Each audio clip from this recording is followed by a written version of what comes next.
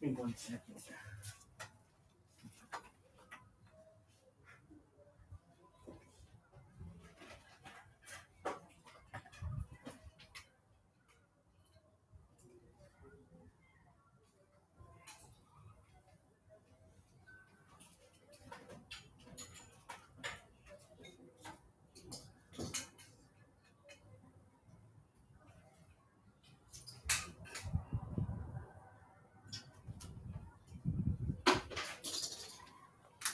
Look at that.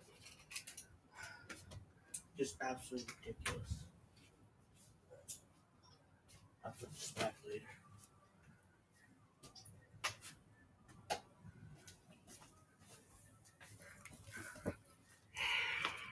Stupid. Just fucking ridiculous. What the fuck is this?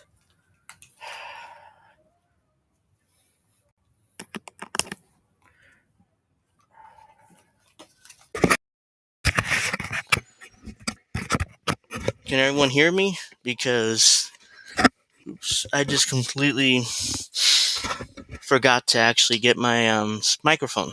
So how I'm supposed to talk to you guys? Oh, Lord. I hope everyone can hear me, so if you can't, just let me know. Just have to make sure everything is set up. Give me a minute. Oops, that's not it.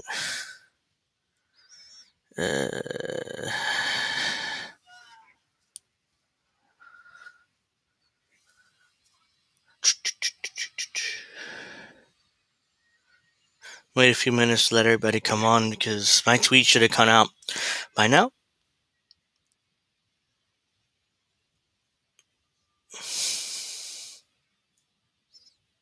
Alright. So that's good. Alright, let's make sure. Here we go. Oops. Didn't mean to do that, so let me make sure everyone knows that I'm live. I'm going to start off with the Credit Suisse or Swiss collapse, whatever it's called, their impending collapse. I was going to start off with something else, but of course, that has to be first for obvious reasons. Another bank is about to collapse on us. This is the international bank, so oops, here we go. Okay, we're good. So let me get that set up. Oops. If I actually searched it, maybe that'd be nice. So, good afternoon. I'm just about ready to start. Give me another second. I literally was on the phone for the last hour with my girlfriend. So, yep. That's why I'm not properly set up yet, even though I'm supposed to go live at 2:15. Luckily, I had my wireless headphones, so my arm isn't remotely tired. I spent the last hour talking to her about certain things, that need to be done, and it's not fully what's what I'm looking for. It's not fully planned out yet, but I might be, going over her place for tomorrow, so I probably won't stream until Monday again. We'll see how it works out. I don't know whether I'll be back earlier or not, but if I'm not back, then I probably won't stream again until Monday, which sucks, but I do want to get away from my place for a while, so yeah, I just wanted to announce that before we start.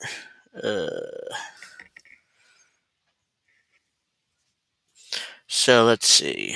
Here's well, I've lost track of things. Okay, let me actually do this, and then I'm make this a little bigger because you guys actually be able to see it.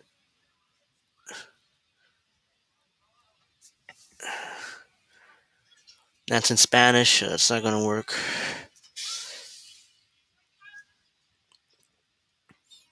So, all right, let's get started.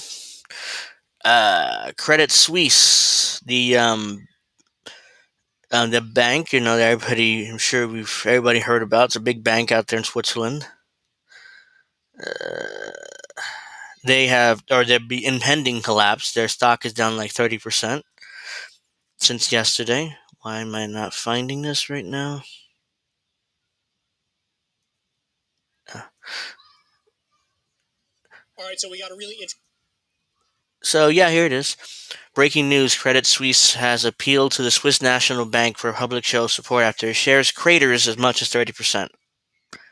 What is this part here? So, yep. Whatever, I don't care about that. Let's go over here instead. Let's do this. For reasons I don't want to. So, lender tumbles more than 30% after top shareholder rules out further funding, sparking wider rout. Their top shareholder doesn't want to give any more money to the bank, so now they're kind of fucked. So let me make this bigger. I don't think you guys can actually see it. Super genius.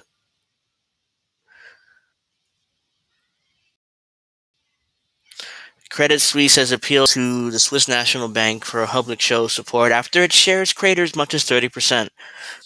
I love how percent is spaced out. That's one word, not two words. This is ridiculous. I mean, that's probably a typo sometime, but it's 30%, not percent, sparking a wider sell-off in European and U.S. bank stocks. The request for a reassuring statement about Credit Suisse financial health came after its shares sunk as low as SFR 1.56. I don't understand what that means. I guess it's 30%, but on Wednesday, having earlier been halted amid a heavy sell-off, according to three people with knowledge of the talks. Let's see. Credit Suisse has also asked for a similar response from FINMA, the Swiss regulator. Two of the people said, but neither institution had yet decided to intervene publicly. The steep share price declines came in the wake of collapse of Silicon Valley Bank in the U.S. after the chair of the Saudi National Bank, who bought 10% stake in Credit Suisse last year, ruled out providing the Swiss lender any more financial assistance. Oh, of course, turns out it's the Saudis excuse me. It was the Saudis that are the top shareholder of Credit Suisse, of course. They're the top shareholder nearly everything these days.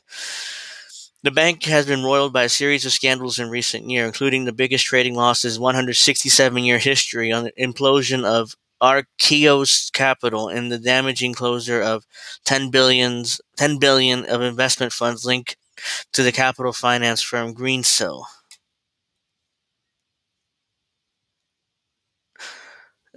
Okay, its shares are down 24% on Wednesday as its market cap slipped below SFR 7BN or $7.6 billion. While with the bank had raised SFR 4 billion of capital just a few months ago. The shares are down 39% this year and 85% in the last 2 years. That's brutal. The shares are down 85% in the last 2 years of Credit Suisse. It's looking inevitable that the Swiss National Bank will have to intervene and provide a lifeline, says Octavio Maraensi, analyst at Oprimas. The Swiss National Bank and the Swiss government are fully aware of that the failure of Credit Suisse or even any losses by deposit holders would destroy Switzerland's reputation as a financial center. So yeah, let's see.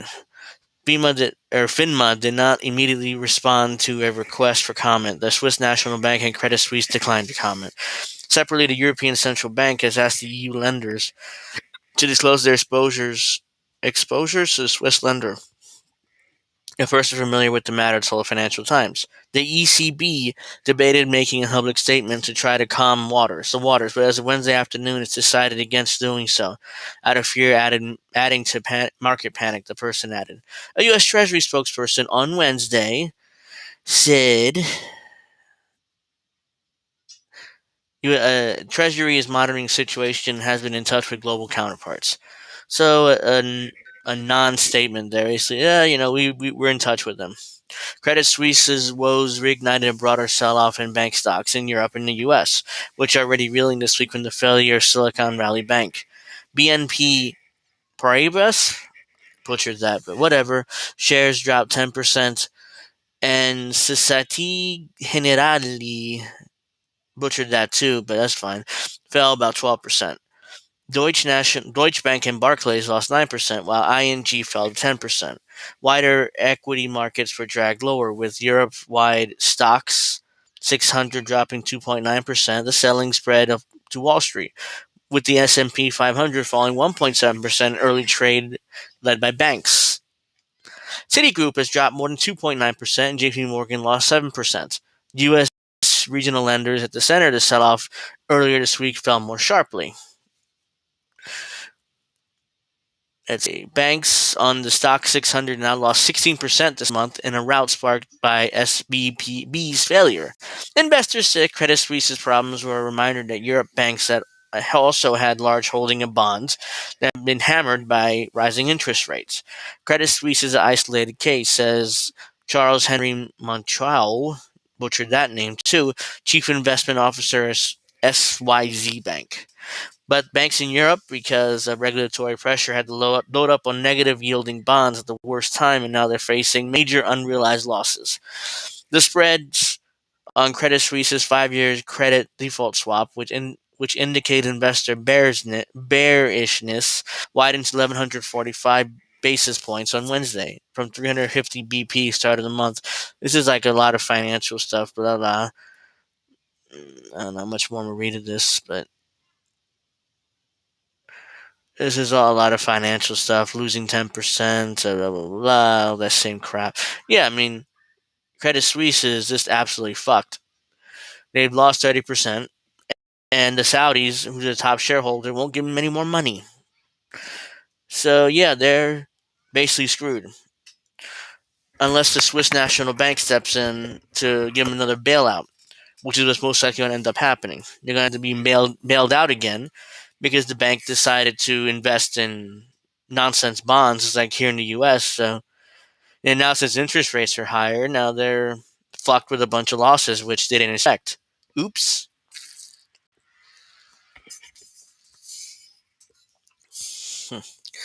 So let's see.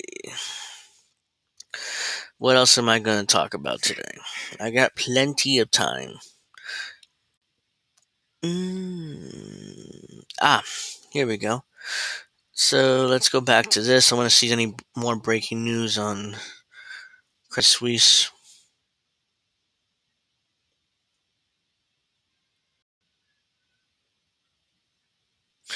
Credit Suisse shares fell to over 20% to a new record low, now traded well below 2 Swiss francs. Now down 96% from all-time high. Jesus Christ. They're trading at 2 Swiss francs per share. That's not good. It's just Credit Suisse for you. Yeah, that's the only news for now. So more banks are collapsing now outside of the U.S. as well. So if I actually did this, maybe I could actually show you guys. Jesus Christ. Let me go back to that. Here we go. This is what I was reading. Credit Suisse shares fell below 20% to new record low, now traded well below 2 Swiss francs. Now down over 96% from all-time high. We did it, Joe. I assume that's Joe Biden. I assume that's Joe Biden. But yeah. So now let's go back to me. Excuse me. Now we're gonna. We're gonna go to, and this is sarcasm, by the way. Let's be clear. My favorite YouTuber, my favorite commentator, political commentator, the simpleton himself, the wannabe Eminem himself, Kyle Kulinski. Yes, I love making fun of him. I mean, his ridiculous nonsense and his shallow commentary is just so funny to me. Did I just close that? Oh, I didn't need it anyways. But let's actually go to the video. In this video, he's going to wait. No, don't do that. Here we go. He's going to discuss something that I've discussed last week, I think, in a stream, where the Pentagon defends Russian war criminals. So this is a New York Times article that came out last week, which I kind of covered here, but I really didn't go into much detail, which how the Pentagon allegedly has evidence against the Russians for war crimes in Ukraine, but they won't give it over to the International Criminal Court for prosecution because they don't want Americans. They're afraid that Americans will be prosecuted for our war crimes, which is why they won't give up the evidence. So now, Kyle Kulinski is going to commentate on it. He's going to take it at face value, and he's going to claim that yes, the Pentagon does have evidence against Russian war crimes, and they won't prosecute instead of questioning that whether they have the evidence or not. I don't think they have the evidence. I think they're full of crap. But Kyle's going to decide to not only not question it, like he's going to report it uncritically, like, yep, it's true. I mean, the Pentagon has evidence against the Russians. But he's going to do something. He's going to do more than that. He's going to blame Russia for. He's going to call Russians imperialists with no evidence. He just says it. He just repeats CIA talking points and Pentagon talking points about how they're imperialists, how they're terrible people, even though they haven't. He doesn't reveal the last 10 years of context. He just says, "Yep, Russians are bad, just as bad as us. They're just imperialist as us." And I saw this. This is yesterday. Let me see. Is it yesterday? Yeah, yesterday. This was yesterday's video, and it really it annoyed me to no end because he thinks he's so smart, he thinks he's so clever, and he's just a shallow loser political commentator which doesn't know anything about foreign affairs. Hell, I know more, and I'm just some random guy in my shitty little apartment in New Jersey. I know more, and this guy is supposed to be a political science major and some kind of brilliant political commentator when he can't even properly tell you what's happening in Russia and Ukraine. Embarrassing. Just beyond embarrassing. Excuse me. And I'm further embarrassed that I was a fan of this guy. Yeah, I'm gonna play this and then I'll respond as necessary. Let me actually do this. Yeah, here we go. He's like this, and the way I paused it, he's like, the serious face. This is a serious face. But let's see what the wannabe Eminem has to say for himself. Interesting story, New York Times here, which is a little disturbing, to say the least. I'm going to go with the word disturbing. The Pentagon is blocking the U.S. from sharing evidence. This is the tweet that I saw and I covered last week. I think it was on Friday, Thursday or Friday of last week. So that's the tweet that I saw. Breaking news: the Pentagon is blocking the U.S. from sharing evidence on Russian atrocities in Ukraine, with the International Criminal Court officials said. The Pentagon leaders fear setting a precedent that might pave the way for it to prosecute Americans. Yeah, that's what I read through the article a little bit, and then I discussed what I thought on Friday. Now let's see what the wannabe Eminem has to say for himself. On Russian atrocities in Ukraine, with the International Criminal Court, officials said. Military leaders fear setting a precedent that might pave the way for it to prosecute Americans. Well, looky what we have here. This is astonishing because the U.S. is clearly wants to weaken Russia, maybe be able to force regime change in Russia through the proxy war in Ukraine, trying to bleed them out over the long run and sacrificing Ukrainians in the process as well. But here's an opportunity to take a legal path to try them at the international. I wasn't paying attention. I spaced out there. I'm sorry. I mean, I have to replay the last 15 seconds. Maybe. Well, looky what we have here. We go. This is astonishing because the U.S.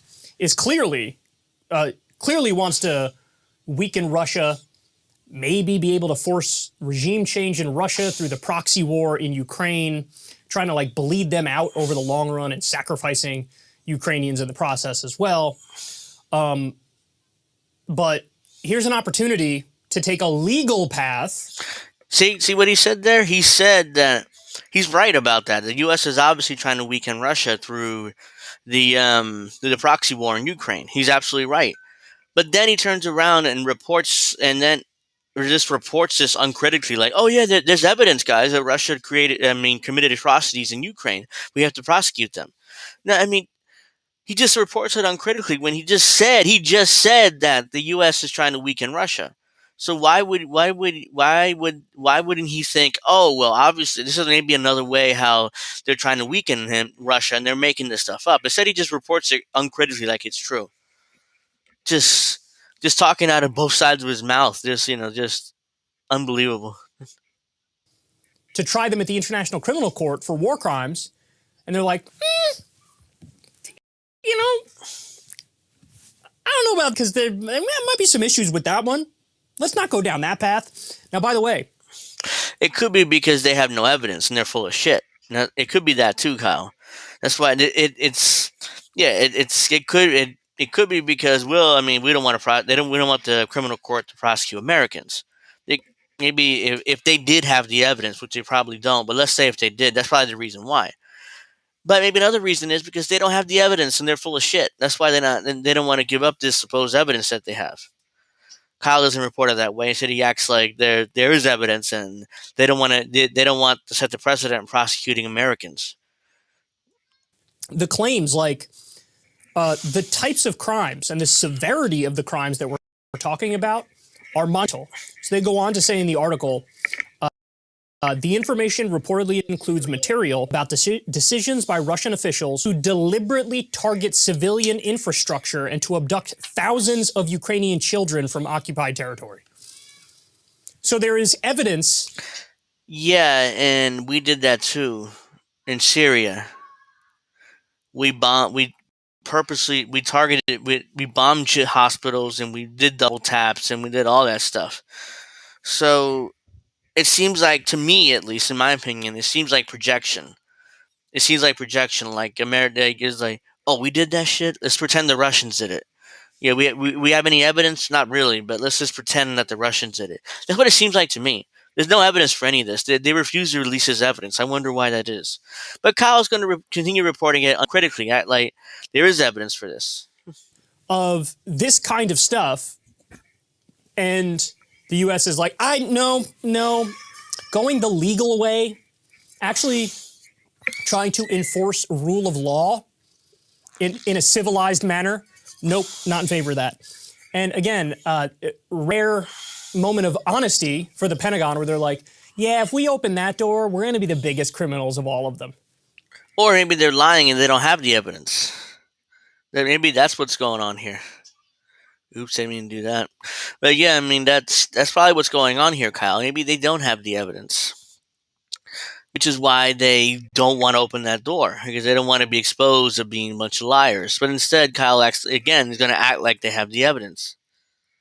I mean, that's kind of true, right? We made the comparison from very early on when Russia invaded Ukraine. That was an instance of like, this is similar to when the U.S. invaded Iraq. By the way, what was one of the main charges? No, it's not. When the U.S., it's totally different. And again, Kyle's going to make this ridiculous comparison between what the Iraq and the U.S. invading Iraq in 2003, compare it to Ukraine, Russia's invasion of Ukraine last year, which is ridiculous. Doesn't Kyle realize? Either Kyle doesn't know, or he's obfuscating and hiding this on purpose. I don't know which one it is. The United States overthrew the Ukrainian government in 2014 because I'm pretty sure the reason why is because of a trade deal, an economic deal that the former president, I forget his name, Yanukovych, I think it was, came to a deal with the Russians, an economic deal, and the U.S. didn't like that, so they decided to overthrow Yanukovych. Then the new government in the last decade bombing eastern Ukraine, which is ethnically Russian.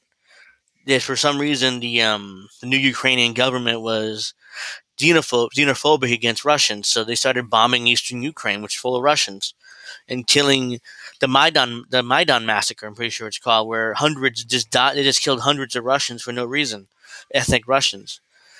Kyle does not tell you any of that context. Instead, he's going to pretend. He's going to pretend here that it's about the Russians or the Ukrainians finding oil in the Crimea and certain parts of Ukraine, and comparing it to Iraq, because the real reason we invaded Iraq is because of the oil. So he's going to ridiculously compare and contrast that and not give you the last 10 years of context about Russia's invasion of Ukraine. Just weak, lazy, shallow commentary from Kyle here. over the war in Iraq. This might also have something to do with the oil, now doesn't it? Well, guess what? In Ukraine as well, they found natural gas off the coast of Crimea. And then a year later, Vladimir Putin took Crimea. Now, there's also been natural gas discovered elsewhere in Ukraine. And then, oh, would you look at that? Vladimir Putin invaded Ukraine. Now, that's one of many reasons why he did it. See that right there? He doesn't give you the last 10 years of context. Why? Could it have been oil related? Maybe. I'll give him that. I don't know. And maybe small part of the reason. Yeah, sure, the Russians want Ukrainian oil, even though they have a shit ton of oil themselves. But for some reason, they want to invade Ukraine over their oil, even though they have a shit ton more oil than most countries in this world, except for Saudi Arabia. And for us too, we have a ton of oil here too in the U.S., but we still invade other countries for oil because we're imperialists. Meanwhile, Kyle does not give you that context the last 10 years. He's gonna continue acting like the Putin invaded Russia invaded Russia. Yeah, Putin invaded Russia. Let me try that again. Putin invaded Ukraine over over oil, when he's ignoring the last 10 years of context about why Putin invaded Ukraine. Yeah, their plans were leaked to the BBC in 2014. I mean, at this point, every war is planned. Every war. Medley Butler wrote War is a Racket, and that's 100% true. Every war is planned because somebody's going to make money off that war. Most likely the banks. So, let's keep going. But the analogy is striking, isn't it? The comparisons are shocking. And, they have their arguments that they fall back on, but ultimately, it's no different than like What are those arguments, Kyle? Just give us that last 10 years of context. He said, "Oh well," he condescendingly says, "Oh well, the Russians claim stuff, other reasons why they invade Ukraine, but really, guys, it's about the oil, obviously, about the oil." That's what he's saying, and he won't get off the oil claim. He continues with that, even though he doesn't. He says his reasons. Russians give reasons why, but ultimately, it's obviously for the oil, right? Ignoring the fact that the Ukrainian government was trying to do a genocide of Russians in eastern Ukraine. Essentially what they're trying to do. Massive propaganda effort that happened in the U.S. to try to bolster support for the war in Iraq. They used so many terrible arguments that turned out not to be true. And it's no different for propaganda in Russia to, try to give reasons. Oh, here's why we have to invade Ukraine. I mean, guys. Wait, that's propaganda? So the Ukrainians didn't bomb Eastern Russia for 10 years. The coup government that took over, they didn't bomb Eastern Russia. Didn't do the Maidan massacre. Didn't do any of that. It's just propaganda. It looks like Kyle Kulinski is a genocide denier, because to me that's what the government Ukraine and Kiev was trying to do, genocide of Russians in Ukraine. Maybe a genocide, maybe too harsh of a word, but they were trying to kill off the Russian language. They were trying to kill off ethnic Russians in eastern Ukraine. But I don't know what I would call it, genocide. Maybe some people might think it's over the top, but that's what it looks like they're trying to do. So I stop and think about it.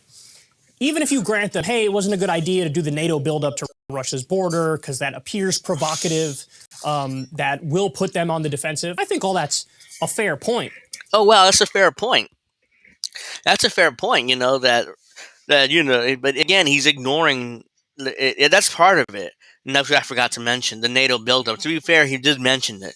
The NATO buildup in Eastern Europe and a lot of these Eastern European countries joining NATO, blah, blah, blah, all that stuff. That's important context too.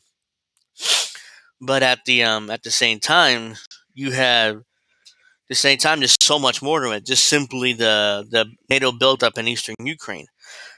International relations or international politics or whatever foreign policy, what do you want to call this? It's not black and white. There's shades of gray all the time. I mean, what happened in Libya? The Libyan invasion. Not invasion really, but the bombings in Libya, which led to the led to Muammar Gaddafi being deposed. Again, Muammar Gaddafi may have been a dictator and powerful for over 40 years, but he was extremely popular. He was extremely popular. He provided for his society, provided for his people, and even though it might not have been democratic, quote unquote, but but his people were really happy with his lead, with his role and his leadership.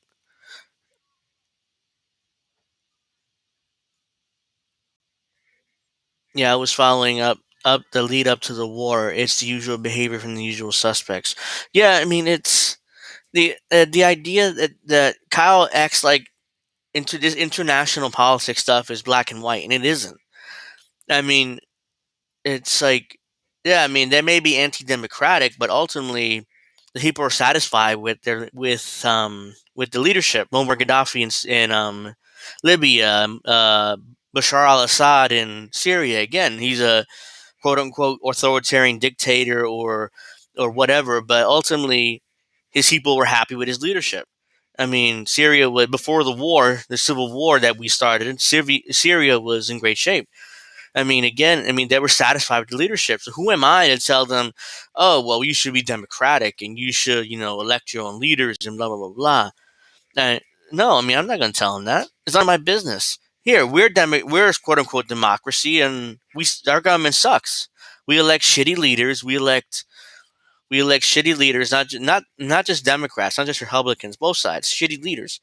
Look at Congress, full of these loser young politicians, like AOC and Maxwell Frost and the rest of the squad, and all these weak politicians, who don't do anything. We elect them. We elect them over and over again. As soon as we elect a new Congress, they come up with a poll which only 10% approve of coming to the new Congress. It's like, then why'd you bother voting for them? Vote third party. Don't vote. I don't give a shit. But just do something, just stop voting for these assholes. But they won't. The Americans keep voting for them, and then most Americans treat their politicians like they're heroes or like they're celebrities. No, they're fucking politicians. You're supposed to treat them like like with the back of your hand. It's like, yeah, I'll believe. What have you done for me lately, dick? So I'm voting you out. It's every anytime they try to socialize or nationalize resources, they call him authoritarian dictator. Yep. Again, here's another example: Venezuela with Nicolas Maduro. Again, he's an authoritarian dictator according to the West. Even a lot of these shitty lefty commentators like Kyle Kulinski calls him authoritarian. Based on what? Based on U.S. propaganda. Then he talks about how horrible U.S. propaganda is. Dude, you fall for it all the time. Not only you, but your fiance Crystal Ball and Sam Cedar and the Young Turks, all those fucks, they all fall for it. They all fall for it. Every single one of them. They get mad at U.S. propaganda and then they immediately go right and fall face first into it. It's, America has always been a fascist oligarchy. I mean, authoritarian oligarchy. Yep, 100%. Excuse me. So yeah, more lazy, shallow commentary from the Wannabe Eminem. So I'm gonna play a little bit more of this. But stop and think about it. Did Vladimir Putin and the Russian government actually think that if they didn't invade Ukraine, NATO was going to topple their government? Was NATO going to offensively invade Russia and Based on what? Why would they even think that? topple the Russian government? Based on what? Start a nuclear war? Why would Putin think that? Why would Putin think that? It's like, yeah, like NATO is stupid enough to just, even though they're 12 or 13 countries now, just to invade one country, Russia, over what, to start a nuclear war? No, that's not what he thought. He thought, look, Putin thought, I want NATO off my borders, which is obviously what any leader would do. Like here in the United States, let's say if Russia decided to fucking put nuclear missiles, like missiles, just random missiles on the Mexican border, in Mexicali or in What's another city there? Border city in Mexico. I'm blanking on the border cities. I think Tijuana is one of them too. Let's say if the Russians decided to put missiles all over the northern border of Mexico with the U.S., how would we feel? What would we do? Oh yeah, we would invade Mexico over that. We invade Mexico, and we'll make sure that there's no way that those missiles will ever arrive next to our border. But the Russians have to take it. They have to take, according to us, according to the U.S. government, they have to take our missiles and our NATO troops all up and down their western border. They have to take that for reasons because we're the United States of America, do and NATO do what the fuck they want. We're in charge. We're the world's police, so that's their attitude. So let's, if I can move my mouse properly. No, nobody believes that. There's zero evidence of that. You could say, hey, expanding was provocative, and it gives them the ability to craft a bullshit propaganda argument that, oh my God, we're going to be toppled if we don't act. But nobody in their right mind would ever say, oh yeah, NATO was about to invade Russia and topple Vladimir Putin. Even though he talks about how the NATO buildup in Eastern Europe was a mistake and it gives Russia a reason for the Ukrainian invasion or justification, but he mocks it. He's like, yeah, that may be a reason, guys, but ultimately it's about the oil, right? It's about the oil. I'm Kyle Kulinski. I have all this I use all this nonsensical talking points and lazy, shallow commentary because I don't want to piss off the DC insiders because now I want to live in Washington. I want to live in Washington. My older girlfriend, wife, fiance, whatever you want to call it. I want to live in Washington. I want to be an insider now, and I'm not going to go that far. That's what he's saying there. Everybody knows that wasn't the case. But that's the argument they're going with. They're going with like, oh my God, we needed to act. We had to act because if we didn't, NATO was going to topple us. That's not the only reason. Again, he doesn't give you the last 10 years of context. The coup of the government in Ukraine 2014, the bombing of eastern Ukraine the last 10 years, the ethnic cleansing of the Russian language and the Russian population in Ukraine. Doesn't give you any of that context. Instead, he just pretends the only reason why they invaded because over NATO buildup in Ukraine, and they didn't want Ukraine to join NATO. That's what he's saying there, which is not the only reason. That's one of the reasons. That's a small part of the equation. Please. That sounds... And by the way, the other analogy, remember the weapons of mass destruction argument? That was used about Saddam Hussein in the U.S. Oh my God, he has weapons of mass destruction. And the implication was... Get a load of this argument. I forgot about this part. I want you to get a load of this. I'm not going to give it away, but I couldn't believe when he said this. If we don't do something, he's going to drop them on, Cleveland in 7.5 seconds. Total bullshit, not true. He didn't even have nuclear weapons, which is what they meant when they said weapons of mass destruction. In the case of Ukraine, I don't know how many of you remember this, early on in the invasion, they were talking about, oh, we found a chemical weapons facility with weapons of mass destruction that was in Ukraine.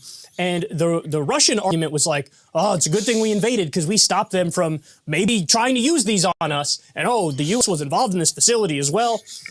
Again, the comparison... So let me explain a little bit more. Striking. You have an illegal and offensive war. See, he's going to pretend that at Ukraine, those facilities that they were testing not nuclear, but these viruses and stuff, these chemical facilities were not true. They are true. We admitted to it. The United States recently admitted to it. Oh yeah, we did have those facilities there. Yeah, my bad. We did have those facilities, and we were testing chemical weapons there with the Ukrainians, and yeah, it turns out the Russians were telling the truth about that. And Kyle's going to act like they're lying, like they're 100% lying, or at least imply it. He doesn't really say it, I don't think, in this video, but he's going to imply it. He's going to compare and contrast it ridiculously with the Iraq War. But it turns out the Russians telling the truth, Kyle, unlike us with the weapons of mass destruction in Iraq. Our government lied through our teeth. And then when the I forget the agency name that inspects nuclear weapons facilities, the IEEA or something like that. Anyways, they tried to go into Iraq right before the war started, and the Bush administration kicked them out. Like, no, don't test, don't go actually see that. We're going to invade because we have the evidence. Don't worry about it. So yeah, we lied. The United States government lied through their teeth as usual. The Russians told the truth, and Kyle's going to act like they're just as bad as the U.S. and they're lying about it. The great Kyle Kulinski, everyone, the policy wonk of the left, just embarrassing himself with shallow, pathetic political commentary.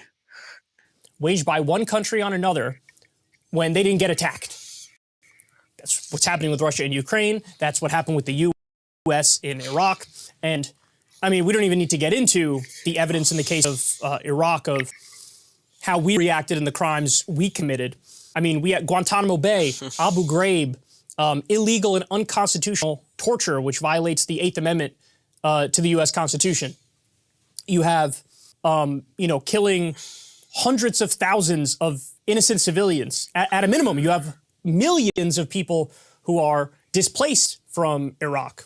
So just crimes on top of crimes within crimes. And again, they have evidence of Russian officials deliberately targeting civilians and civilian infrastructure. And I would love to see that evidence. I would love to see that evidence. I don't. I would love to see how the Russian military leaders purposely targeted hospitals and schools and stuff for reasons. Why would they do that? Why would they do that? Why would they actively try to make the U.S. even more mad at them? Give them more reasons to try to continue this war. Why would they want to do that? Did they hit a school or hospital by accident? Maybe. I mean that's open. I mean, I'm not saying I'm open to that. I'm not saying that they never hit a hospital or a school or anything like that. But why would they do it on purpose? That's what the U.S. is claiming. Why would they do it on purpose? It makes no sense. I mean, it's like they don't want to piss off the U.S. and NATO, excuse me, even more, and give us more of a justification of funding Ukraine in this ridiculous war, which makes no sense. But Kyle's going to pretend it's true throughout this video. He's like, "Oh yeah, they have the evidence, even though I don't like the Pentagon and they lie. I know they lie about everything else, but on this specific thing, they're telling 100% the truth." That's what he's claiming. and plans to abduct thousands of Ukrainian children from occupied territory. Based on what? Based on what? Why would again? That would piss off the U.S. What are they going to do with thousands of Ukrainian children? What? That's straight up propaganda. That's classic Western U.S. propaganda. Remember I don't know whether some of you maybe not old enough to remember this. I wasn't really old enough either, but I learned this later. To lead up to the first Iraq War, the first Gulf War, what did the U.S. do? I mean, the war wasn't popular. Americans didn't want to invade. We wanted to invade anyways. So what did we do? We came up with a young woman, some young teenager, who was supposed to be some sort of princess or some shit, or she was, or whatever she was. She went to testify in front of Congress, and that's weird. She went and testified in front of Congress, and it turns out that she claimed that the Iraqi military was killing babies, like throwing them on the ground and stomping their heads and all that horrible stuff. And it turned out years later that she was the daughter of a Kuwaiti ambassador to the U.S., which Kuwait wanted the invasion in order to topple Saddam Hussein. So, whoops, just a bunch of crap as usual. Just a bunch of crap. Just a bunch of crap. Am I still on? Can you guys hear me? Because just want to make sure, because I kind of got a notification here that the stream went down. Okay, seems like it is because I just got on the comment here. Okay, I'm still on. Okay, because I got a notification here saying that I was off stream, like they kicked me off. But whatever, it must have been incorrect. It must have been a glitch or something. All right, yeah, 100%. They're manufacturing consent. I mean, that's what. And again, here it is again. That reminds me of that so much. Like, one thing about Americans is we are, we love our children. Imagine our children being in that situation, and that leads up to war. And that leads up to war, and that's they use that as justification as invasion the first Gulf War. Now here we go again with the Ukraine-Russia thing. Oh yeah, but we have evidence that the Russians are kidnapping Ukrainian children. What are we gonna do with them? I don't know. We just That's the claim. Why would they do that and piss off the U.S. even further? Why would they grab a bunch of Ukrainian children and do with them? I'm surprised they didn't say, oh yeah, they dug mass graves and executed them, burying them. I'm surprised they didn't say that, because that's all they needed. That's all that's needed for that to continue. But the U.S. knows if we allow the International Criminal Court to go after Russia for their crimes, well, then we're also saying, hey, come after us for our crimes. And our crimes are absolutely endless. They really are. When you look at the war on terror, when you look at the drone war, now, by the way, credit to Biden, who's massively reduced the drone war, which is a good thing. But No, he didn't. As far as I know, no, he didn't. What he did was make it classified. Hey, man. Hey, old man Barker. How are you? But yeah, as far as I know, what Biden did is made the drone war classified. So we don't know what he's doing with the drone war, what he may or may not be doing right now. So the whole massacring of Biden lowered the drone war by a lot, and he deserves credit for that, guys. As far as I know, that's all classified now. So we don't know. We don't know what the U.S. drone war is actually doing, or what they're actually doing with that right now. So again. He acts like Biden lowered significantly the drone war, guys. He's such a great president, isn't he? Kyle literally said that at one point. I think they say in this video too that he's the best. Biden's the best president in my lifetime. He's 35 years old. I'm 36, so we're the same age essentially. And he claims that Biden's the best president in my of our lifetime essentially. My ass cheeks. Sorry. That's a remote. To me, the whole Russia-Ukraine thing makes him the worst president of our lifetime, because that can go off nuclear war in any second. And just by that, just by Russia-Ukraine, forget about anything else. I don't give a shit about any other policy. That right there makes him the worst president in U.S. history, or at least in our lifetime. Again, there it is again. We're having connection issues. The fuck. So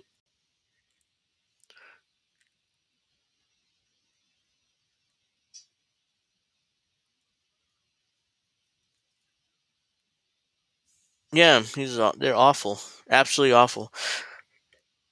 Okay, well, yeah, but for some reason it's saying that I'm not connected. Like, some of your streams are having connection issues. We're trying to restore them. It takes too long. We want to reload the page. I don't know. I mean, I'm gonna continue because it seems like I'm still getting chats and stuff. So hopefully, that doesn't become too much of an issue. So let's keep going for now. But Trump increased it 400%. Obama, did the drone war as well, and Right. Yeah, he changed the offensive, defensive, like how the War Department changed their name to the Defense Department. Yeah. Hey, MJ, Anti-Imperialist Party. How are you? But yeah, Kyle.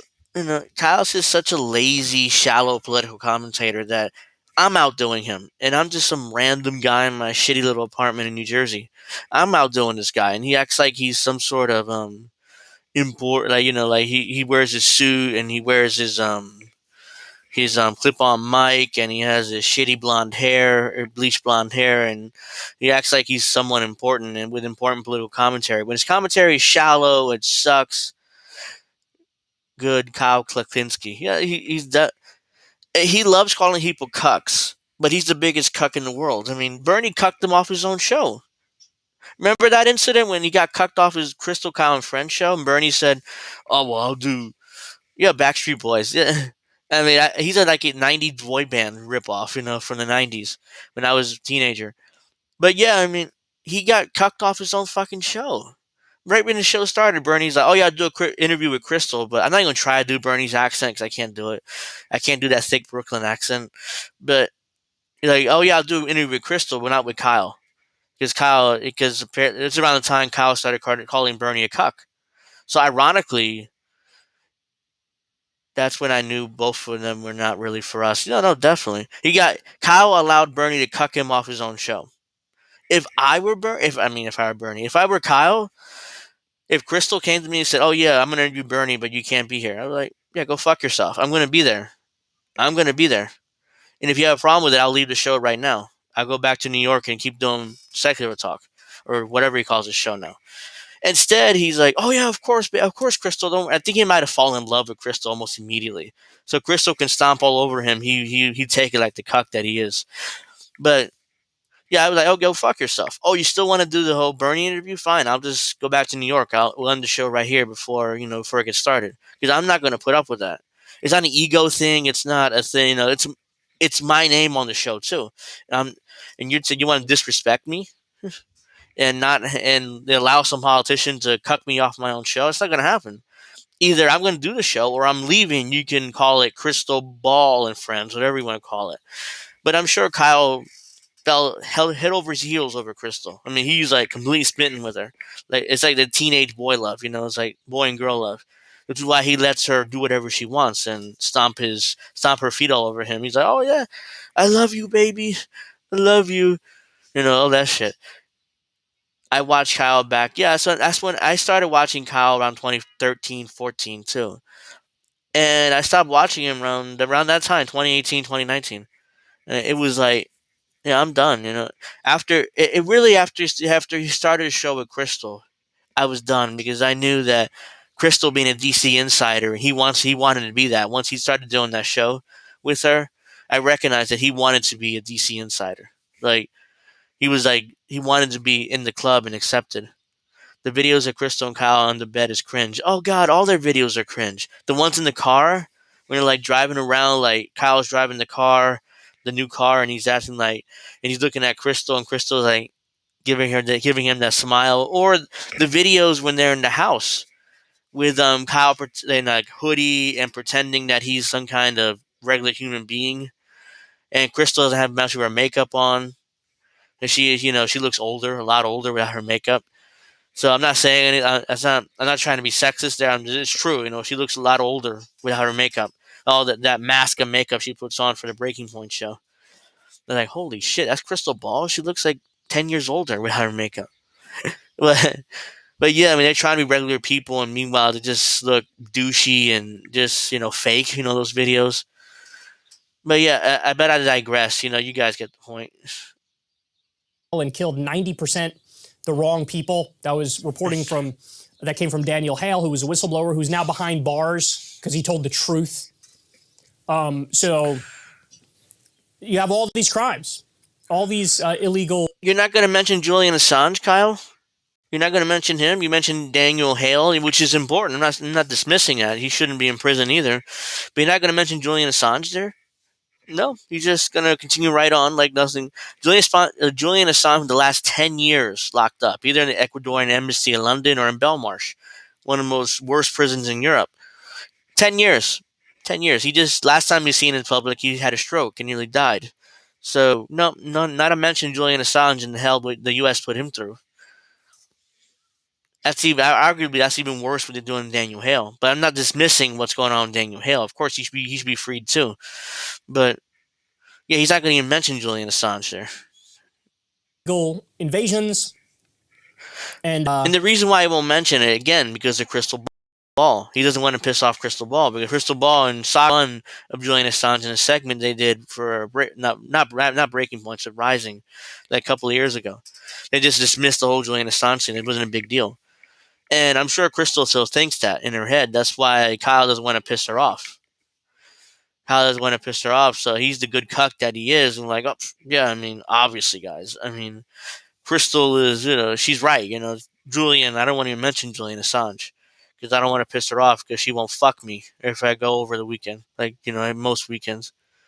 There's going to be no justice. I don't know about you guys, but I take a very, very simple position on this issue, which is go after all the sons of bitches. Go after all the war criminals, all the torturers, all the people who are breaking the rules of engagement and the laws of war.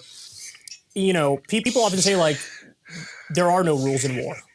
And that is a barbaric and savage way of acting. And I think we live in... This is Kyle virtue signaling now. He's like, oh, they should go after all the sons of bitches. The U.S. or Russians. How about Ukrainians, Kyle? You're going to go after Ukrainians for their war crimes? Oh, no, you're not? You're not going to mention that their war crimes? The way how they take Russians and they put duct tape all over them and beat the shit out of them. That's a war crime. You're not going to mention that? Oh, no, no, no. Ukrainians don't do war crimes. Only Russians in the U.S. I see how it is, Kyle. You're not going to mention their war crimes.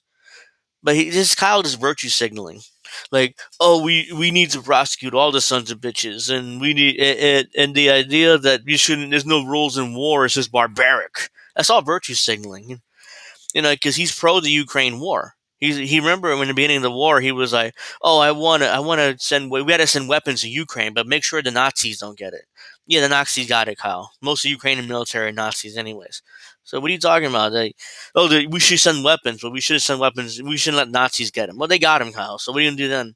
Nothing. He's just going to, being the good cuck that he is, he's going to continue pretending that Ukraine hasn't committed war crimes.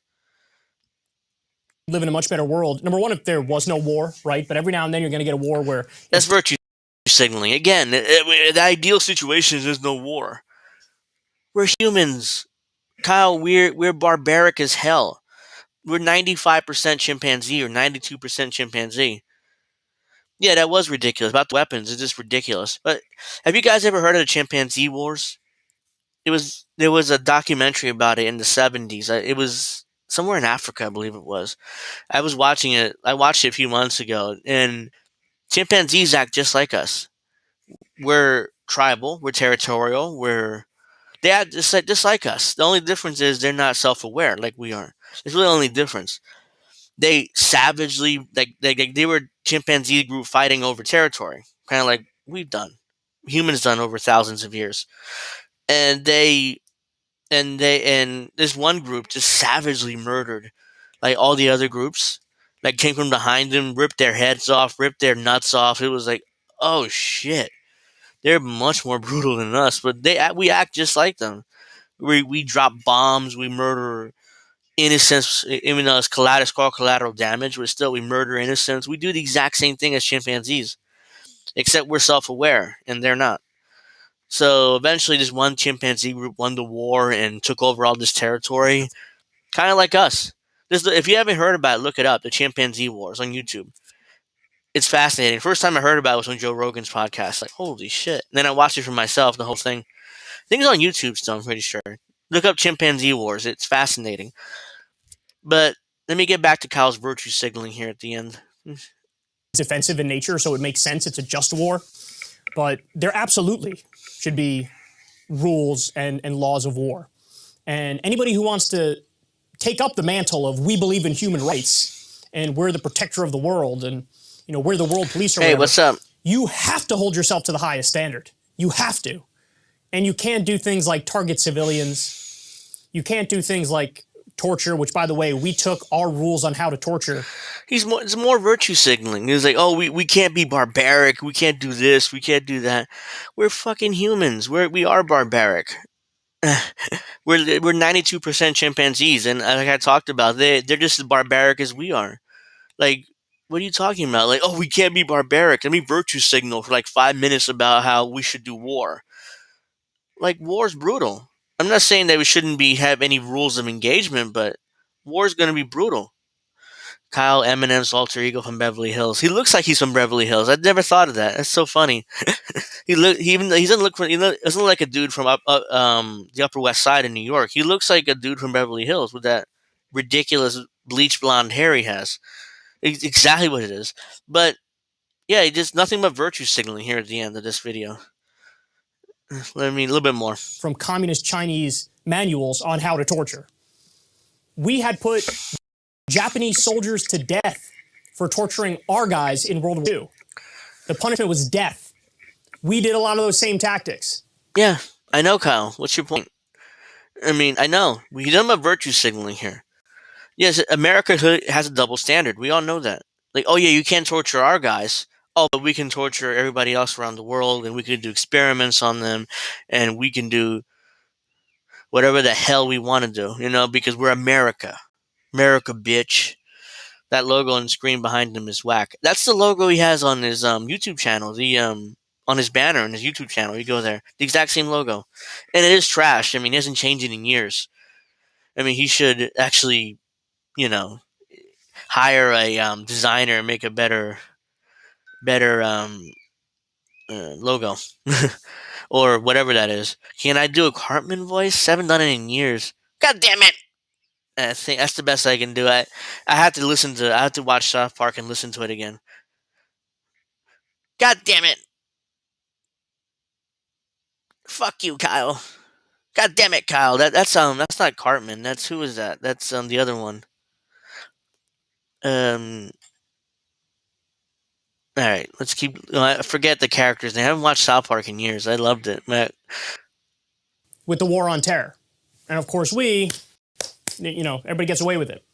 There's the video that Julian Assange leaked, or excuse me, Chelsea Manning gave it to Julian Assange, and Julian Assange ran it in WikiLeaks. The collateral murder video, where we killed innocent civilians, we killed reporters or journalists, and then circled back and attacked again. It's called a double tap. It's where you. I can't take his virtue signaling anymore. I mean, the rest of his videos about virtue signaling, about how we should conduct war and fight war, etc. Oh, look at the cute couple. That's one. Look at the cute couple there. That's when Kyle actually had his, correct hair there. But yeah, but I can't take his virtue signaling anymore. Something about virtue signaling from Kyle. Just ridiculous. Excuse me. Well, I can't take his virtue signaling. I mean, the whole Kyle fell in love instantly. I guarantee you, he's one of those like guys who, as soon as a cute girl talks to her or him, what is she wearing? I don't know. It looks like a skirt and like pantyhose or something. What it looks like from here. And she has her makeup on, so she looks good, But you should. Have you seen? Well, let me. I can't resist. I mean, I love responding to Kyle's videos because I can own him pretty easily. And I'm just some random guy in New Jersey, living random guy in my shitty apartment with barely 180 subscribers, and I can own him. Where's that video? I mean, he has so much crap. Here it is. I'm not gonna play the whole thing, but I just wanted to. What's up, Look at there. See, this is the one I was talking about. Like they're trying to. Yeah, it does look expensive. I mean, Crystal married well. She's a multimillionaire. And of course, she can afford nice clothes. Anyway, this is the one I was talking about. Look at Kyle with like the regular like hoodie, and Crystal has less makeup on, so she looks 10 years older. And she had, and she has like that blouse she only wears in the house probably. They try to be regular people here, but it just comes off as fake. Like they come off as fake. There's no real, like their interactions come off as fake. They script the shit. Turned into a parody of himself. I'm for good thing against bad things. Yeah, exactly what he's a parody of himself. That's a good way. Hey, I remember back in the day he talked about how he hated like people in Washington because they had DC brain or something like that. He said, and how once you're in Washington, you get that brain. It's hard to. That's why he never wanted to go to Washington. Now look, now he's in fucking Washington all the time with Crystal, and now he has DC brain. Ironically, yeah. I mean, she does look older without makeup on, without all that mask of makeup she puts on before a Breaking Point show or any picture she takes. Yeah, she looks older. Anyway, I want to play a little bit of this, then I'll move on to a few other stories I had because I don't want to waste too much time on this. It says report Trump indictment imminent. This is the Manhattan DA case where they're trying to prosecute Trump for campaign finance laws in Manhattan because he paid Stormy Daniels, that porn star, $60,000 or something not to talk. Apparently, somehow it's a campaign finance law. That's a stretch, but that's what they're claiming because allegedly that $60,000 helped Trump win because helped Trump in his campaign. So it's a in-kind contribution to his campaign, even though it wasn't towards the campaign, it was towards Stormy Daniels, a porn star. So that's a stretch. They're really like stretching this case out, in order to attempt to prosecute Trump. But they're going to talk about it here, and they're going to act like it's a big deal. And indictment is a big deal. I'm going to tell you now, indictments aren't a big deal. Anybody get indicted. There's an old saying among lawyers. I'm sure you've heard it before. You can indict a ham sandwich. It's meaningless. You can indict a ham sandwich. I can walk in. I'm not a prosecutor. I'm a lawyer. I can walk into a grand jury and indict any of you for an alleged crime you committed. Even though I have no evidence, but I can still indict you because ultimately you're not hearing from the defendant, or his lawyers. You're only hearing from me. Anybody be indicted. Remember when he started some version of the Democratic Party that wanted to change the party from within? It was a big scam to get money from his subs. Somehow Justice Democrats. That's what you're talking about.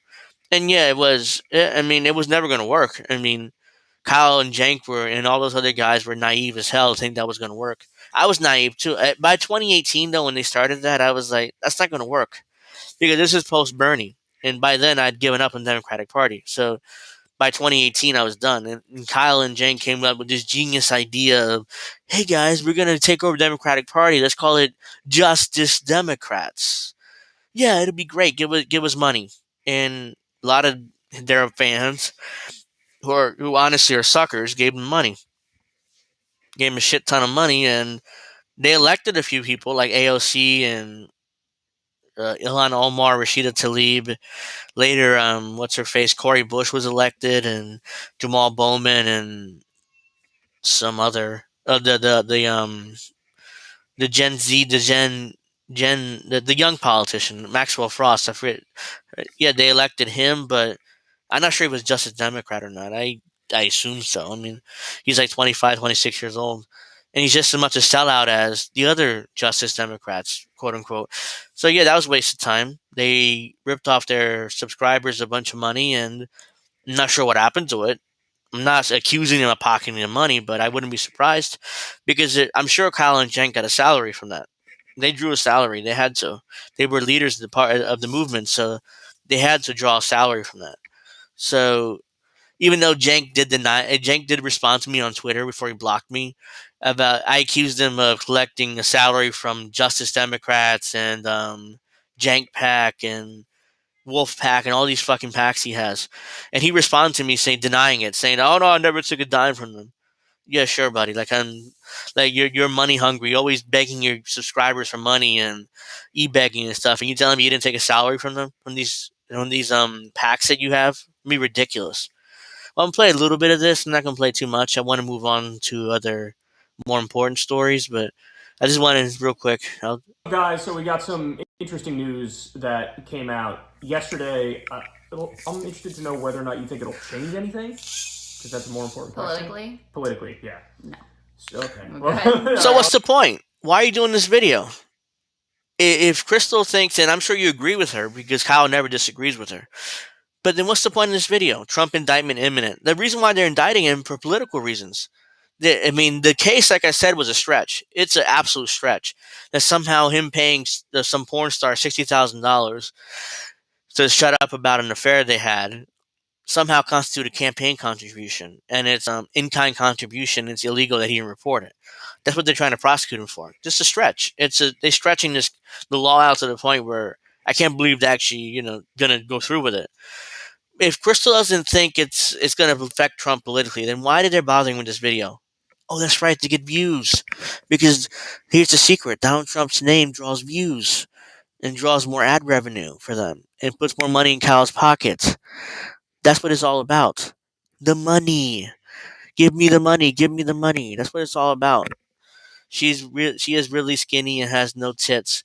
Face red, droopy eyes, not my type. She's also tall as fuck. Yeah, I mean,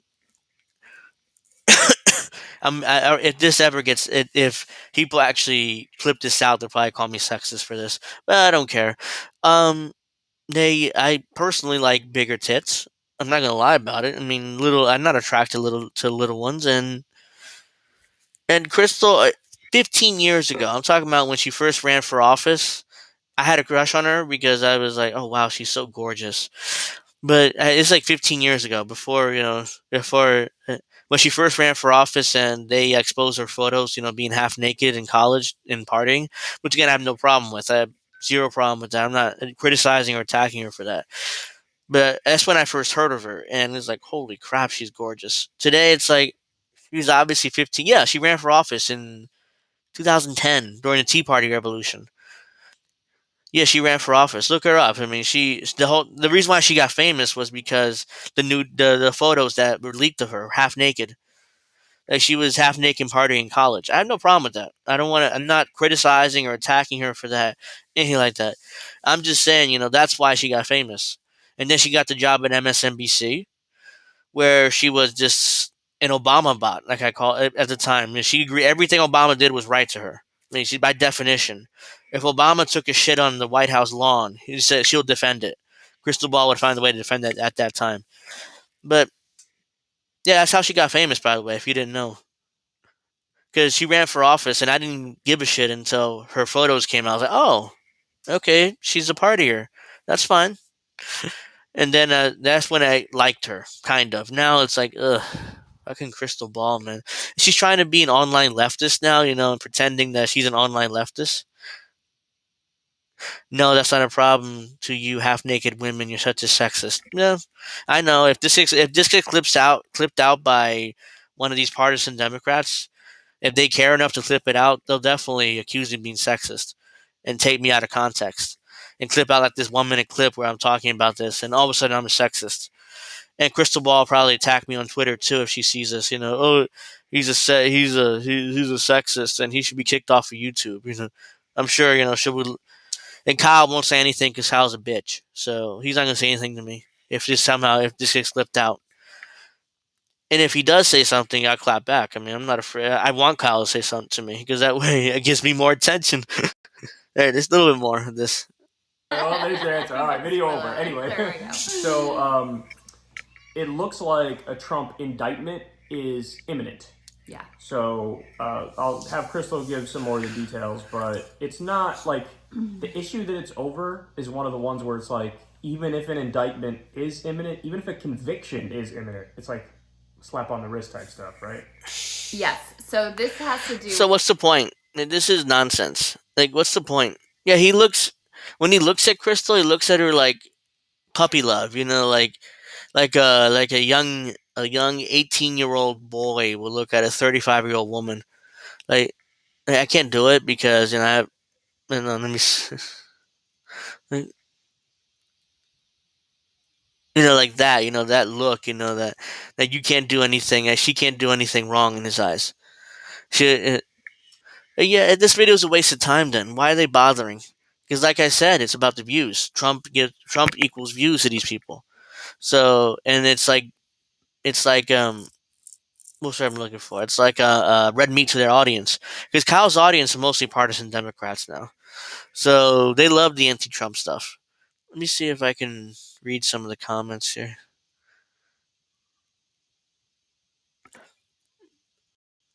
Jail time's on the way. Blah blah. Yeah. Kyle, you've given us this headline over a dozen times now. I'm not. I wouldn't be surprised he made multiple videos about incoming indictment, which never happens.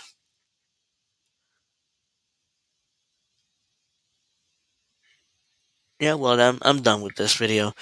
It's a waste of time. Let's close this. Yeah, I'm back here. Yeah, it's okay for me to talk. It's how Kyle sounds like. All right, so now let's go to this story. Oops, if I actually press the right button here. No, not that one. That one. DeSantis saying Ukraine support is not vital for national interest sparked backlash in GOP. Again, where is DeSantis wrong? The Ukrainian war isn't vital to national interest. And he's not saying it. I'm sure he's not saying it because he actually thinks that. I think part of the reason he's planning on running for president, but I'm not sure whether he's going to run against Trump or not. He hasn't announced yet, and he needs to announce, especially since we're now in March. He needs to announce soon if he's going to. But it's obvious that DeSantis wants to run for president, which is why he's saying this type of stuff. And Lindsey Graham, of course, instantly melts down about this and says that, Ukraine, the most important place, so we got to protect them, we got to defend them. Whoops, not that either. Jeez.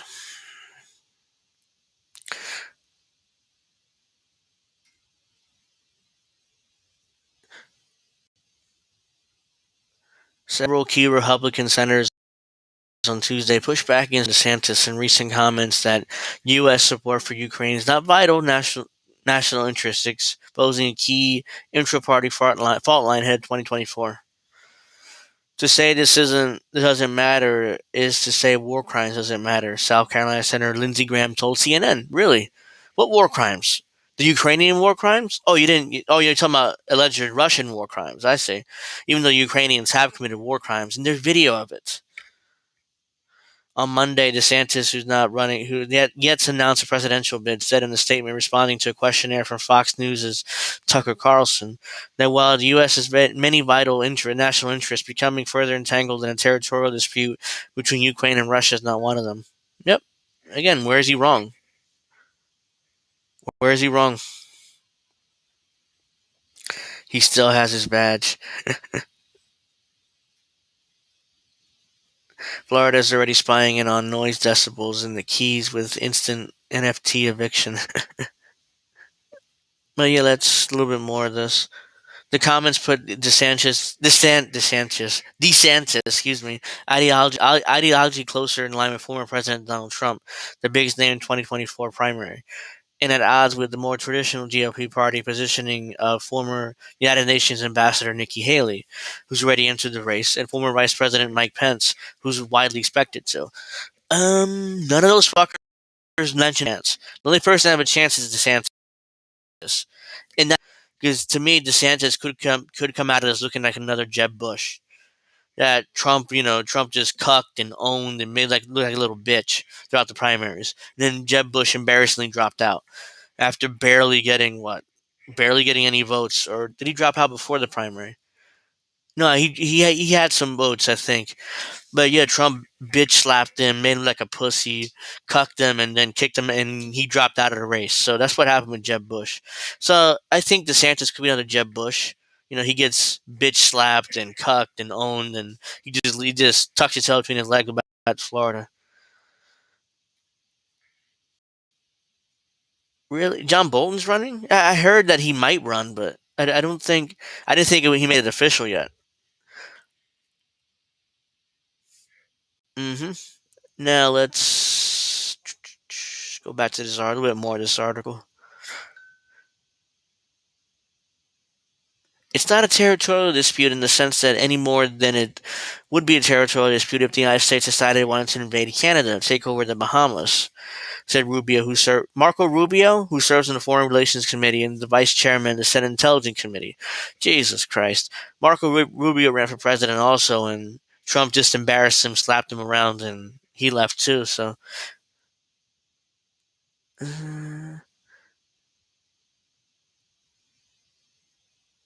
Alright, well, yeah, I'm done with this story.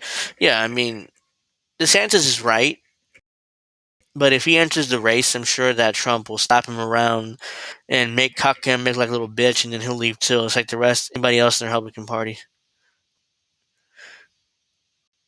Wanted to share this real quick. This isn't going to last long. So, the Trump-appointed judge overseeing the blockbuster medication abortion lawsuit. If Bolton becomes president, we will have World War III. DeSantis is pandering. Yeah, I mean, I'm sure DeSantis is pandering partly. And there's no chance Bolton become president. He's not a politician. He's like he's a bureaucrat. He's a national security advisor. He's he works for think tanks. I mean, he's not a politician. So I don't think you have to worry about Bolton becoming president. But he's not a politician. He's just a bureaucrat. He's just an insider, But let me go back to this story. The federal judge overseeing a high-profile challenge to the FDA's two-decade-old approval of drugs used to terminate a pregnancy is a deeply conservative jurist with a politically presiding with plaintiffs looking to roll back reproductive and LGBTQ rights or block the key Biden administration policies. U.S. District Court Judge Matthew Kazmarkich, I think I butchered that name, but that's the best I can do, is an appointment of former U.S. President Donald Trump. Is a appointee of former U.S. President Donald Trump, was confirmed by 52-46 vote in the Senate. The FDA case is the biggest case since Supreme Court overturned Roe in last year. It has drawn considerable criticism from abortion rights activists, but Kazarchmark himself has drawn scrutiny for the way he handled the matter, with critics taking issue with some unusual steps he took along the way to delay making public aware of the hearing scheduled for Wednesday. Since he took the bench in 2019, he helped make Texas a legal graveyard for policies of U.S. President Joe Biden administration, largely due to the fact that Texas rules for how federal are assigned in the state has allowed conservatives to file their strategically, almost guaranteeing their complaints will be heard before sympathetic judges. Kez Marchik is assigned every case filed in his division.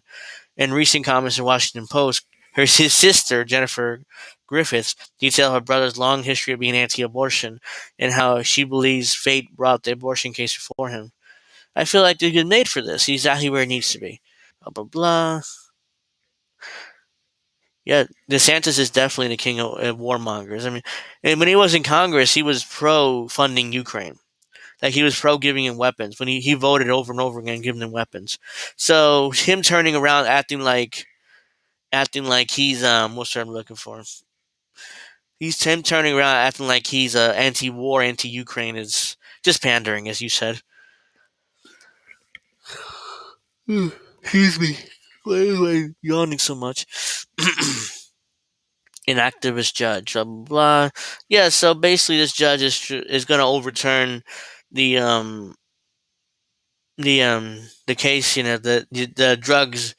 The certain drugs used to terminate a pregnancy. So he's obviously going to overturn that. You know, he's going to say it's unconstitutional for the FDA to approve those drugs because it should be up to the states. Because that's what basically what the overturning of Roe held, that abortion should be up to the states. And if the states made it illegal, then the FDA shouldn't be allowed to hand out those drugs. So whatever. I don't Trump either, though, but it doesn't matter because they're going to rig the elections in favor of Dems. Maybe, and I wouldn't be surprised, but at the same time, you know, I can't really discuss 2020. I don't trust it. Okay, I understand, but I can't discuss 2020 because I might get a strike on my YouTube channel. So, 2020 was fair, and Biden won fair and square because I can't discuss 2020, you know, any other way but that on YouTube. So now let's go to the last story. Not my last story. You know, I think it's probably end up being my last story because I gotta start cooking dinner soon. I wanted to show you guys this. Widespread power outages reported as more a foot of snow falls in the parts of the Northeast. New England. Look at this. Thousands evacuated. This is California. I don't know why this is in this story, but that's awful too. All right, here we go. This is New Jersey here. Or not New Jersey, but I'm pretty sure it's New Jersey. I saw a picture. Certain parts of New Jersey got a bunch of snow too. We didn't. Not here where I live. In fact, it's sunny out today, and there's not a single shred of snow out there. Governor Phil Saka of Vermont. Yeah, so there's a ton of goddamn snow out there. And, you know. Oh, Lord. So, yeah, I mean, the hell was that? Whatever. I'm going to try to find maybe something else to talk about because I thought that story about Jersey, and it isn't. It's about the Northeast or Vermont, stuff like that. So I don't really care about that too much, especially since Bernie Sanders' home state. Signature Bank. I think I talked about all this on Friday. Oh, I'm glad I came on Twitter. This is not that important. Oh, the chicken was delicious. Thank you. Yeah, that was a couple days ago. Yeah, but it was delicious. I mean, we ate it all. Look at this. Look at this. Look at this rendering and virtue signaling from the White House. Look at this shit. It's from, when was this? Yesterday? When did this tweet send out? Oh, 3 days ago. I thought it was yesterday. But, yep. White House briefing makes history led by 3 black women. Look at that. Virtue signaling. Like, I don't give a shit whether 3 black women, 3 white women, 3 Hispanic women, 3 Chinese women, 3 aliens, female aliens lead the lead the press briefing. Who cares? And I love how this White House virtue signals. I mean, it's like they do it more than the Obama administration. I thought they were terrible at it too. How much virtue signaling they did. So Right. I want to highlight a quick moment before you go that happened at the White House briefing last week. You were there, and it wasn't just you. Cecilia Rouse was also there, Karine Jean-Pierre standing there in the middle, obviously, at the podium. And she highlighted what that moment meant for each of you in these important roles. How did it feel for you being there in the briefing room? Well, what she didn't say is the three of us, because I consider both of them friends, all have daughters. So I look at what. Oh my God! More virtue signaling. The three of us have daughters. Wait, how does the press secretary have daughters? She's a lesbian, right? Unless she adopted one. I mean, that's my assumption, but that's more virtue signaling, by the way, from the administration, giving the job to a black lesbian who can't do the job. Obviously, she struggles with with propaganda, putting the administration narrative out there. It is virtue, nothing but virtue signaling. It's embarrassing. It's like this administration acts like, well, look, guys, historic. Three black women leading the press briefing for the first time ever. Corinne Jean Pierre, yeah, she's terrible. I think that's what her name is. I call her I excuse me. I personally call her the black lesbian nun because she's black, she's a lesbian, and I had to make up a third word, so nun. There it is. But yeah, I mean, she's awful. She's the worst. I mean, I can't stand her. But let's keep going with the more virtue signaling here. Only a few, like 30 more seconds. What this means for the next generation, that they will not be first if they want to pursue these jobs or any other. And that's the goal, right? To make sure we leave this country in a better place than we found it, make sure that all of our children, no matter where they're from, including a small town in Louisiana, can reach whatever their dreams are. She's from Louisiana. Doesn't sound like it. She doesn't have that thick Louisiana accent, like most of them do. Shalanda Young, Director, Office of Management and Budget. Really? She's the OMB head? God. This is another virtue signaling appointment, I'm sure. Because this is the position where... Yeah, I just made up the... Because I had 3 words. I needed 3 words. So, black, lesbian, and I thought none flowed well. So, that's why I said that. Yeah, I mean, she does sound whiter. And no stranger, she's supposedly from Louisiana, but she doesn't have the thick Louisiana accent. Because I know people from Louisiana, and they're up here. They had that really thick accent. You can tell, oh wow, he's from Louisiana. It's like people from Australia. You can instantly tell that they're Australian or from New Zealand. They have that thick accent. You can instantly tell from they're from. She says from Louisiana, but there's no accent from her at all. Maybe she was born in Louisiana and moved to New York early in her life, when she was a baby. That's the only thing that makes sense. Oops. Where is it? Oh, here it is. And frankly, beyond our dreams. I didn't know this existed. So representation matters, but more, I think, as mothers, it matters for what we leave behind for our children. I want to Oh highlight. my God. Mothers. More virtue signaling. They love to virtue signal in the Biden administration. Finally tackling the important issues. But what is a woman, anyway? The administration can't seem to answer that question. No? And the Supreme Court appointment, what's her face? What's her face? The black woman who appointed the Supreme Court, I forget her name right now. She struggled in her hearing to identify what a woman is. Yeah, I see that. I see that. Girls with their accent sound sexy. Yeah, I see that. I can understand why you think that. But, what was I saying? Yeah, I mean, like, really? This is what the administration wastes its time on? It's like, let's hire a bunch of black women. Even though Joe Biden obviously has an issue with black women, going back to the Anita Hill hearings back in the 90s.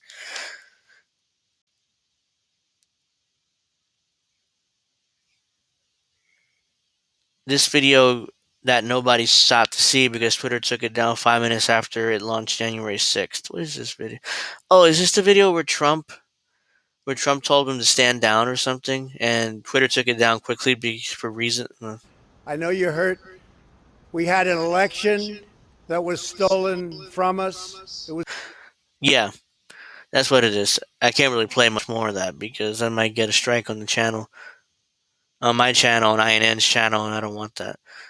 But yeah, that's what that is. Okay. All right, so let's get rid of this.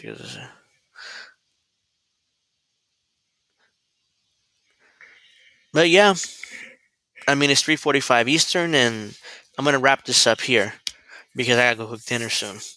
Biden called black people predators in the 90s. Yeah, so did Hillary Clinton. I mean, most Democrats were calling them fucking predators. Black people, predators, super predators. They don't know. I mean, we have to make them heal first. That's what Hillary Clinton said back in the 90s, and Joe Biden said something similar. Been saying for decades something similar about black people. And then now, but he turns around now when he's president or running for president, act like he's a defender and protector of black people. It's ridiculous. It's ridiculous. And black people voted for him too. Not like for waited for Obama, but black people voted for Biden too, in like 80% or 75%, something like that, which is insanely high for a guy that doesn't really, for a guy who doesn't give a shit about them. So I'm gonna wrap it up now. I want to thank everybody for watching the stream. I may not be able to stream again until Monday because I'm probably going over to my girlfriend's house tomorrow morning and I spend the weekend there. So probably will be no more streams until Monday afternoon. We'll see. I'll let you guys. I'll follow me on Twitter for sure. I'll let you guys know. Let me do my shameless plugs before I go though. There's my both Twitters. At AngelJRivera08 is my main account. The other one, the bad guy AR, is my backup account. Follow both of them because my main account might get banned at some point. So just in case it does, it gets suspended or banned temporarily, just follow me there. Subscribe to me on YouTube. If you haven't already, links in the description box below. If you're watching this on the INN channel, subscribe to that channel too. If you're watching on Facebook, make sure you like us there. If you watch us on Twitch, make sure you follow us there too. Follow my Twitch too. All those links in the description box below, I think. And make sure you watch INN News tonight at 9 Eastern, I believe it is. I'm pretty sure it's 9 Eastern. Let me double check that because I don't want to get that wrong. I'm pretty sure it's at 9 Eastern. So let me go here. Yeah, it's at 9 Eastern tonight. INN News episode 51 with Reef and Colin. Reef, Reland, and Colin. Make sure you watch that. 9 o'clock Eastern. They're going to talk about the Willow Oil Project. Cinemas bought. IL paid leave Colin Kraft's DC legislation. So those are the stories we're going to talk about tonight. It's at 9 Eastern on the INN YouTube channel. Make sure you check that out. And I hope you guys enjoyed the stream. Make sure if you haven't already liked the stream, make sure you subscribe to me. And I'll see you guys on Monday, most likely. If I don't go over to my girlfriend's house, I'll be tomorrow. But if I do, then it'll probably be Monday, most likely. So just follow me on Twitter, and I'll update you guys there. Hope you guys enjoyed the stream, and I'll see you guys